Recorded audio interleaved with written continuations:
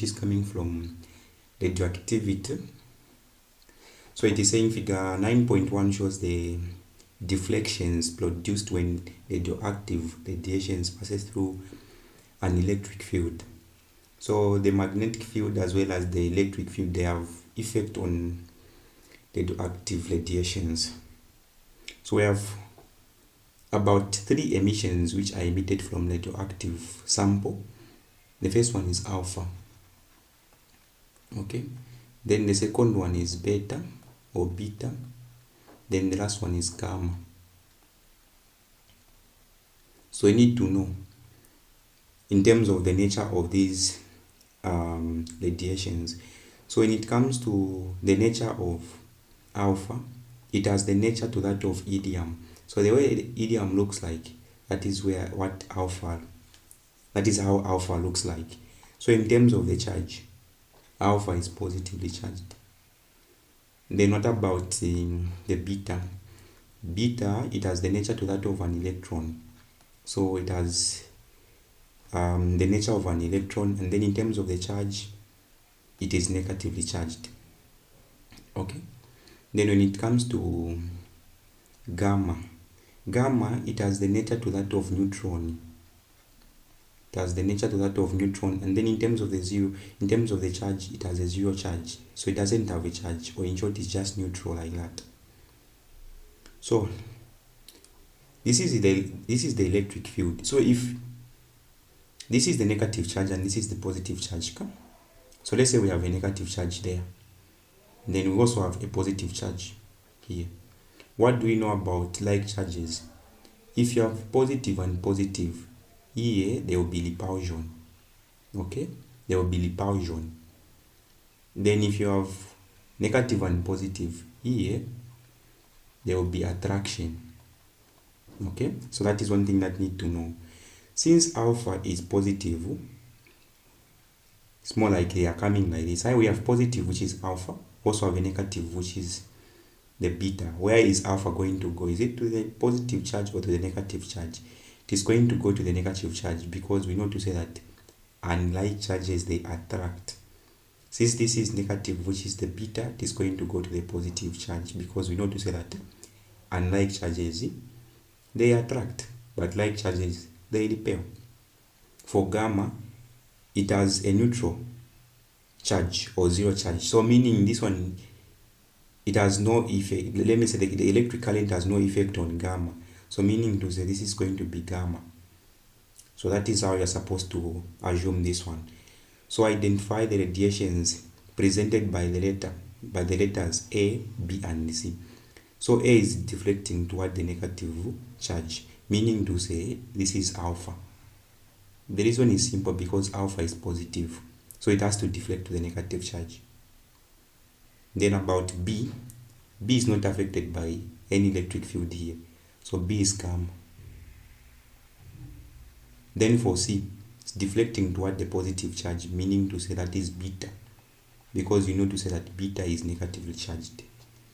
So that is how you're supposed to answer that one.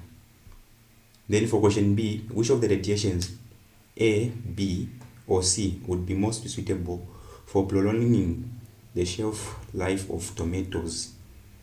So let me just give you the hint. For alpha, it is used in smoke detectors. So you can say smoke detectors. That is where alpha is used. So it is used to detect the smoke. When there is fire, the alpha radiation is able to detect that there is fire because of the smoke. So this one is used mostly in hospitals or in areas which are busy, and in order to prevent accidents from fire. Then when it comes to beta is used to monitor the cracks of the concrete or the pipes.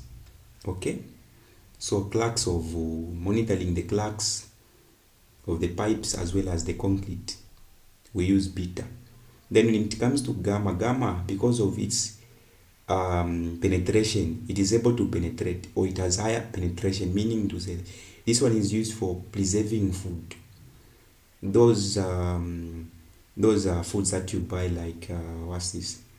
the beans, a bean skin, those things. The tin fish, those things. They use the gamma for them to preserve those things. So meaning to say, tomato is falling under food.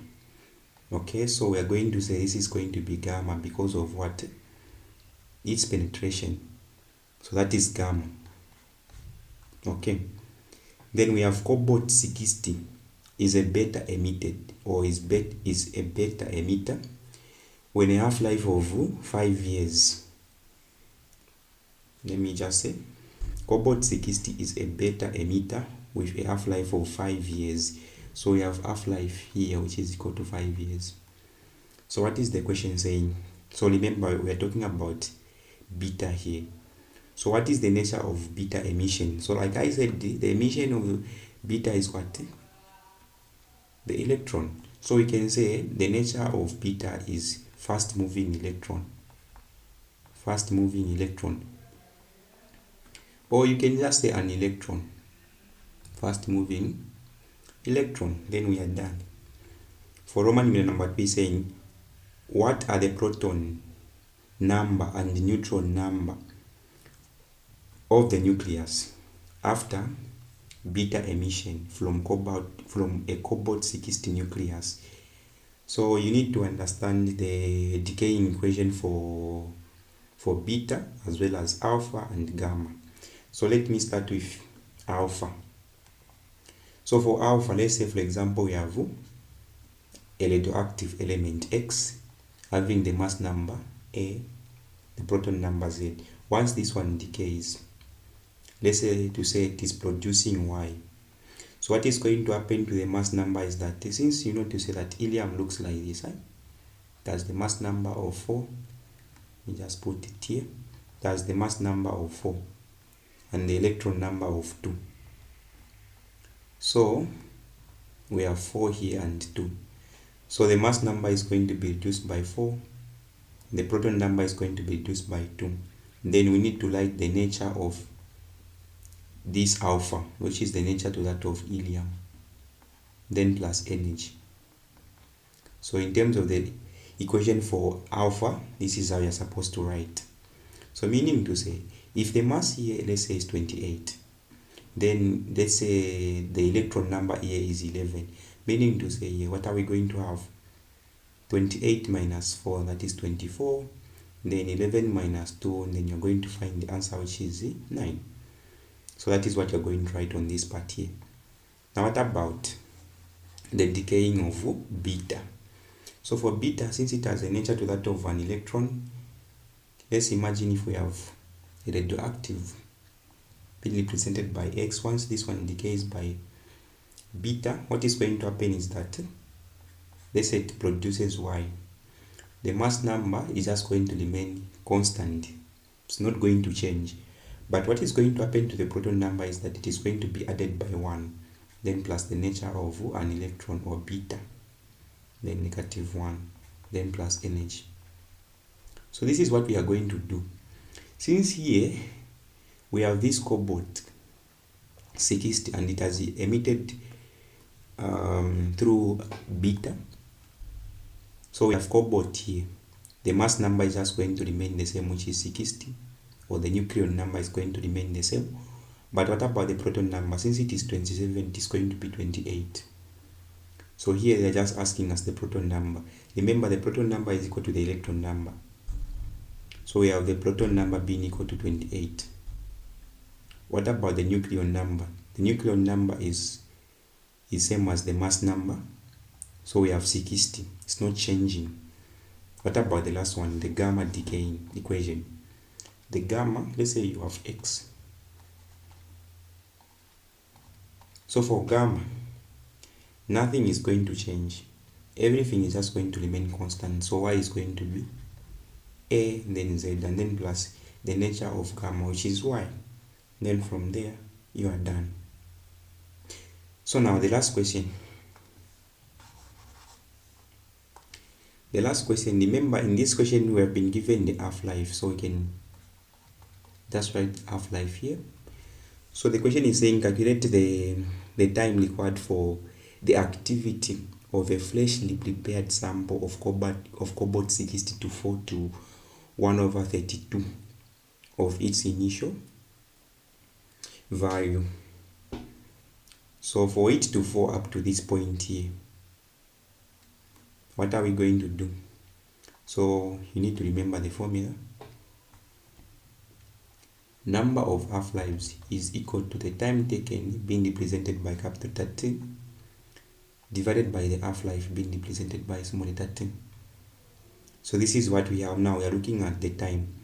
So time is going to be equal to number of half-lives multiplied by the half-life. So we know that the half-life here is 5. What about the number of half-lives? So to know the number of half-lives,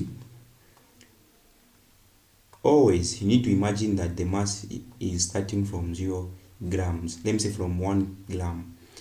Now, since this is a ratio of 1 divided by 32, so meaning to say that we are not starting from just 1, we are starting from half.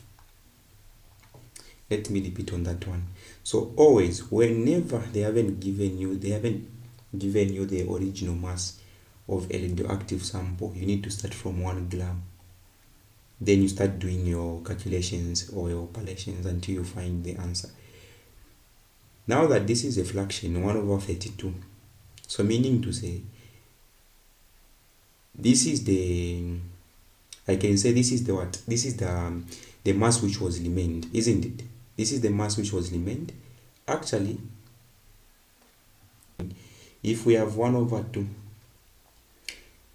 remember the next point is going to be what? We are adding. So 1 over 2 plus 1 over 2, we are going to get 1 over 4. So from there, we are adding these numbers on the down part. So 4 plus 4, what are we going to get? We are going to get 1 over 8. Our aim is to reach at 32. Then again, 8 plus 8, we are going to get 1 over 16. Then 16 plus 16, we are going to get 1 over 32. So in terms of the number of half-lives, we are going to count these. But remember, the radioactive sample, for it to decay, it has to start from 0. So meaning we need also to include this part of 0.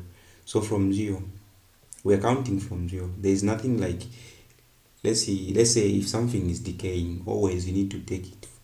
You need to take time as 0, the initial one, isn't it? So we are starting from 0.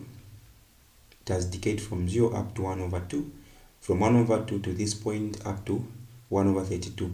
So in terms of the number of half-lives, we are just going to count these lines here. 1, 2, 3, 4, 5. So the number of half-lives here that we have are equal to 5. So using this formula, the time taken is going to be equal to the number of half-lives, which is 5, multiplied by the half-life which we have, which is 5. Then when I multiply, I'm going to get 25. So remember, it was in years. So that is 25 years. So that is our final answer, 25 years here. Thank you for watching, and remember to subscribe.